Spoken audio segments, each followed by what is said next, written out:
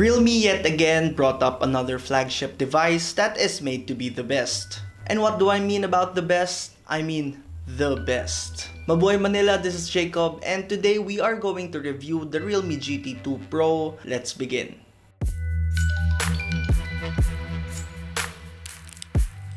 The Realme GT2 Pro is the best flagship phone in the market by the start of 2020. The device pretty much has everything in store for you. Starting with its build, the GT2 Pro has a typical length and width.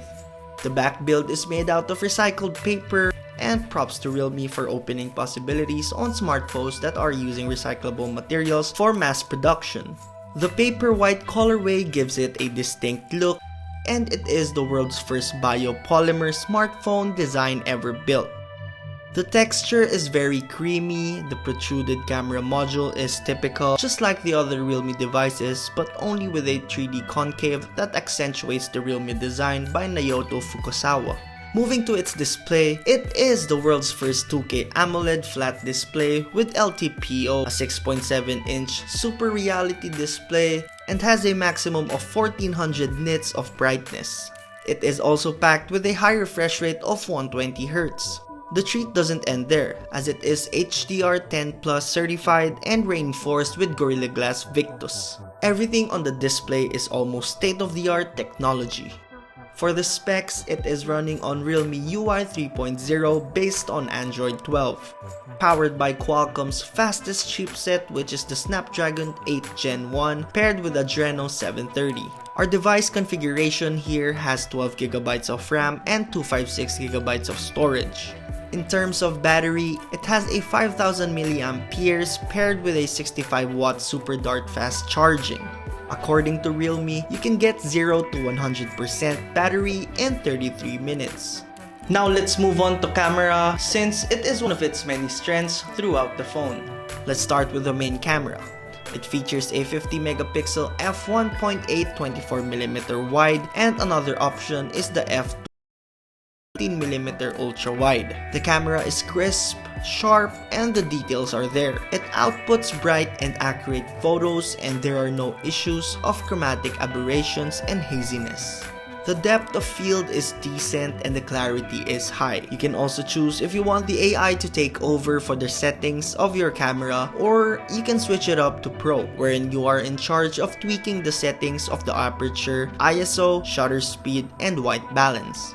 The portrait mode takes clean shots. Even if you zoom into the photos, you can see the small details from your pores to the texture of your subject.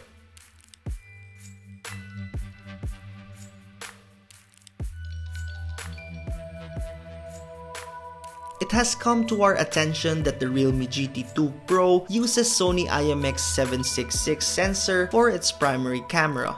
Next is the 3MP f3.3 microscopic camera with 40x magnification. No wonder it has two flashes on the camera module, since shooting very close to something makes it clearer and brighter to capture the details that you want to see.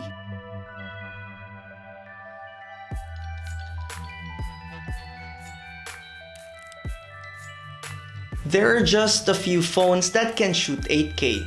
It is very wild to imagine how a smartphone could handle these kinds of outputs. We've seen it on Samsung 20, Xiaomi Mi 10 Pro, and the Red Magic 3S Nubia. So the sweet spot for the videos, of course, is the 1080p at 60fps and 4K at 60fps. No sweat on recording on those options. The quality of the recording is very detailed and it doesn't have soft spots, plus it doesn't deteriorate, and the quality of the output as well. Moving on to its selfie camera, which is also powered by a Sony IMX615 sensor. It is a 32MP f2.4 selfie camera with 80 degrees of field of view. Pro tip, if you're using the Realme GT2 Pro for the best quality, use the RAW option rather than JPEG, as it doesn't compromise quality and introduces much more vibrant colors, and you can edit it on your desired software. Moving to gaming, well, since it is a flagship device, we wouldn't dig too deep into gaming. In Mobile Legends, the settings were in the highest form possible and the game was smoothly played. No issues or whatsoever. Next is PUBG Mobile. The settings were at HDR and it can run on extreme frame rate. The GT2 Pro also allowed us to use the Ultra HD graphics on PUBG, means 4K resolution, and you can have an ultra frame rate option.